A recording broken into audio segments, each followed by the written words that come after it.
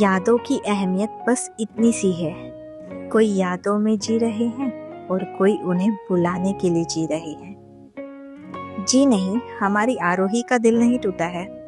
आज का चैप्टर यादों पर है। आरोही की यादें चैप्टर 3। उस दिन आरोही गांव से बाहर पहाड़ियों के ऊपर बहने वाली नदी पर पानी भरने गई थी। ठंडी हवा उसके चेहरे को छू रही थी और चारों तरफ बर्फ की खूबसूरती देखकर वह एक पल के लिए रुक गई। उसने गहरी सांस ली और अपने आप से वही सवाल किया जो हर दिन करती थी। मैं कौन हूँ? आखिर मेरी असलियत क्या है? आरोही अक्सर इस सवाल में उलझ जाती थी, लेकिन जवाब उसे कभी नहीं मिलता था। आज भी वह इसी सोच में डूबी हुई थी। जैसे ही उसने घड़े में पानी भरने के लिए नदी के पास कदम बढ़ाया, अचानक उसका पैर फिसल गया। वह सीधे नीचे गिर पड़ी और उसका सिर एक पत्थर से टकराया। आह! उसने दर्द से चीखते हुए सिर पकड़ा। दर्द इतना तेज था कि उसकी आंखों के आगे अंधेरा छा गया। फिर अचानक उसकी आंखों के सामने कुछ अजीब सी यादें चलने लगी। आरोही को याद आया कि वह गोवा के किसी घर में पली बड़ी थी। उसकी माँ उसके साथ थी, लेकिन फिर उसे याद आया कि उसकी माँ जब वह 16 साल की थी तब उसे अकेला छोड़कर कहीं चली गई। वह यादें अब और साफ होने लगी। उसे याद आया कि उसके मामा ने उसे पाला था, क्योंकि उसके पिता के बारे में उसकी माँ ने कभी कुछ बताया ही नहीं। फिर उसे अपनी जिंदगी का सबसे बड़ा सपना याद आया। वह डॉक्टर बनना चाहती थी। वह डॉक्टर बन चुकी थी और अस्पताल में काम करती थी, लेकिन तभी एक खतरनाक घटना की याद उसे झकझोर गई। उसने खुद को एक वैज्ञानिक प्रयोगशाला में देखा। वहां कुछ गलत हो रहा था। फिर एक बड़ा विस्फोट हुआ। उसे लगा कि उसकी मौत हो गई। आरोही ने हल्की तेज आवाज में खुद से कहा, नहीं, ये नहीं हो सकता। आरोही का सिर दर्द से फटने लगा। ये सारी यादें उसे परेशान कर रही थी। उसकी धड़कन तेज हो गई। उसे पहली बार एहसास हुआ कि उसकी जिंदगी में कुछ ऐसा हुआ था जिसे वह भूलने की कोशिश करती रहती थी, लेकिन अब यह सब फिर से उसकी आंखों के सामने था। आरोही ने फिर से अपने आप से पूछा, आखिर मैं कौन हूँ? मेरे साथ ये सब क्यों हुआ? अब उसके लिए यह जरूरी हो गया था कि वह अपने अतीत को जाने और समझे। उसकी यह जिद उसे कहाँ ले जाएगी, यह सिर्फ समय ही बता सकता था। आरोही ने खुद को शांत करने के लिए गहरी सांस ली। उसकी यादें धीरे धीरे साफ होने लगी। उसे अपनी पुरानी जिंदगी की झलकियां मिलने लगी। उसने अपनी धड़कनों को काबू में करते हुए खुद से कहा, मैं डॉक्टर आरोही हूँ, गोवा की मशहूर डीएनए स्पेशलिस्ट। आरोही की यादें उसे अपने शुरुआती सफर पर ले गई। वह एक होनहार डॉक्टर थी और डीएनए के बुनियादी अध्ययन में माहिर थी, लेकिन उसकी जिज्ञासा उसे और आगे बढ़ने के लिए प्रेरित कर रही थी। तभी एक दिन एक अनजान आदमी ने उससे संपर्क किया। वह खुद को एक बड़ा वैज्ञानिक बताता था। उसने आरोही को अपने साथ काम करने के लिए प्रस्ताव दिया। तुम्हारे पास प्रतिभा है, लेकिन मेरे पास वह ज्ञान है जो तुम्हें महान बना सकता है। मेरे साथ आओ, तुम्हारी हर जिज्ञासा का जवाब मिलेगा, उस आदमी ने कहा। आरोही को यह प्रस्ताव बेहद आकर्षक लगा। यह मेरी जिंदगी का सबसे बड़ा मौका है। डीएनए के बारे में इतनी गहरी जानकारी मुझे कहीं और नहीं मिलेगी, आरोही ने मन में सोचा। आरोही ने तुरंत उसका प्रस्ताव स्वीकार कर लिया, लेकिन उसे नहीं पता था कि यह फैसला उसकी जिंदगी को हमेशा के लिए बदल देगा। पहली ही मुलाकात में उस आदमी ने अजीबोगरीब शर्तें दिखानी शुरू कर दी। जब वह उसे अपनी प्रयोगशाला में ले जाने वाला था तो उसने आरोही की आंखों पर पट्टी बांध दी। आरोही ने उस आदमी से सवाल किया, तुम मेरी आंखों पर पट्टी क्यों बांध रहे हो? उस आदमी ने कहा, सुरक्षा कारणों से। आरोही को थोड़ी असहजता हुई, लेकिन उसने इसे नजरअंदाज कर दिया। जब वह प्रयोगशाला पहुंची तो वह हैरान रह गई।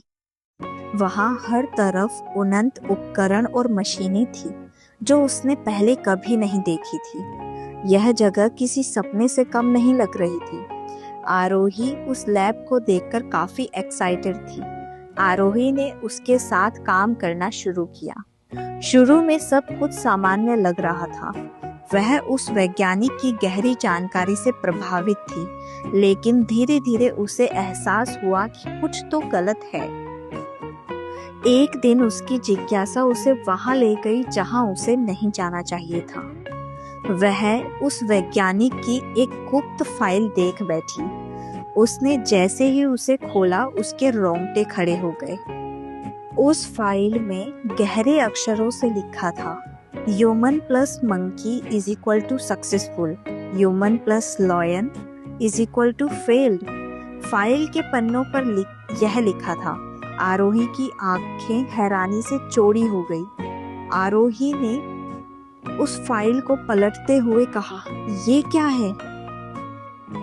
जैसे उसने पढ़ा, उसे एहसास हुआ कि वह वैज्ञानिक इंसानों और जानवरों के डीएनए को मिलाकर एक नई प्रजाति बनाने की कोशिश कर रहा था। फाइल में इंसानों के कई नाम लिखे थे जिन पर प्रयोग किए गए थे। फिर उसने आखिरी पन्ना देखा।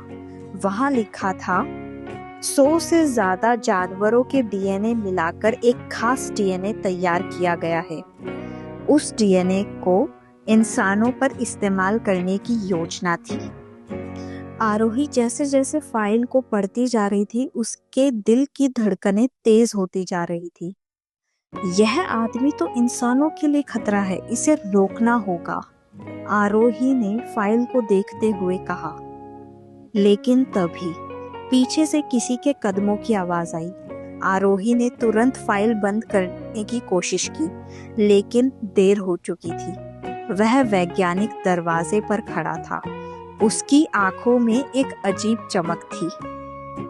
वैज्ञानिक ने ठंडी मुस्कान के साथ कहा, तो अब तुम सच जान ही गई हो। अब इस प्रयोग का अगला हिस्सा तुम पर ही होगा। आरोही सन्न रह गई।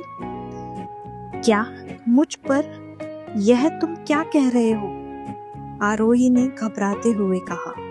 वह वैज्ञानिक उसकी ओर बढ़ा और कहा, तुम्हें इसका हिस्सा बनना ही होगा। तुमसे बेहतर विकल्प और कौन हो सकता है? आरोही ने भागने की कोशिश की, लेकिन उसके पास कोई रास्ता नहीं था। इसके बाद उसके साथ क्या हुआ उसे कुछ याद नहीं। अब आरोही अपनी यादों से बाहर आ चुकी थी और वह उन यादों को सोचते हुए अपने आप से बोली, मैं इस गांव में कैसे पहुंची? वह वैज्ञानिक मेरे साथ क्या कर रहा था? और क्या मैं अब भी वही आरोही हूँ जो पहले थी? उसके मन में सवालों का सैलाब था।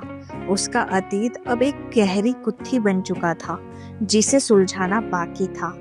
आरोही ने ये सब सोचते हुए घड़ा उठाया और नदी से पानी भरकर वापस गांव की ओर चल पड़ी। गांव में हर कोई उसे पहचानता था। पिछले 2 साल में वैद्य सुंदरम की सिखाई हुई वैद्य कला से उसने कई लोगों की जान बचाई थी। इस वजह से गांव के सभी लोग न केवल उसे जानते थे बल्कि उसकी बहुत इज्जत करते थे। गांव के बच्चे भी उसे देखकर खुश हो जाते थे। देखो, आरोही दीदी आ गई। बच्चे खेलते खेलते उसके पास भाग कर आते। आरोही उनकी मुस्कान देखकर हल्का सा मुस्कुरा देती और उनके सिर पर प्यार से हाथ फेरकर आगे बढ़ जाती। वह वैद्य सुंदरम के घर पहुंची और पानी का घड़ा रसोई में रख दिया। फिर वह चुपचाप अपने कमरे में चली गई। कमरे में पहुंचकर उसने बिस्तर पर बैठते हुए गहरी सांस ली। उसके दिमाग में वह सब कुछ घूमने लगा जो उसे थोड़ी देर पहले ही याद आया था।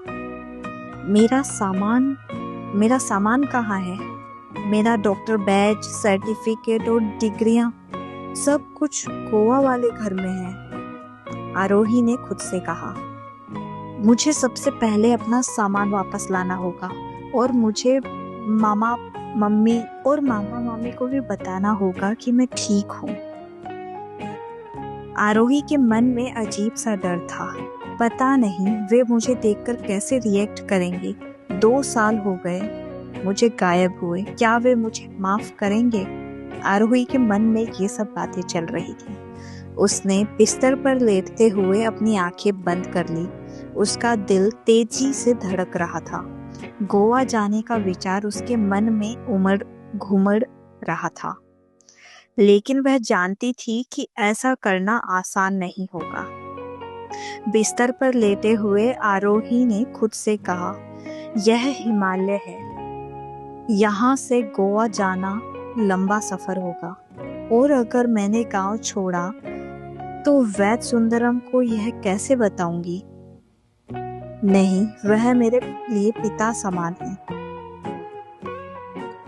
आरोही के मन में सवालों की बाढ़ आ गई थी। मुझे क्या करना चाहिए? क्या मैं सच में गोवा जाकर अपनी पुरानी जिंदगी का सामना करने के लिए तैयार हूँ? आरोही अपने विचारों में उलझी हुई थी। वह जानती थी कि अगर वह गोवा वापस जाती है तो उसका सामना न केवल अपने अतीत से होगा, बल्कि उस वैज्ञानिक से जुड़े सच से भी होगा, जो अब भी एक रहस्य बना हुआ है।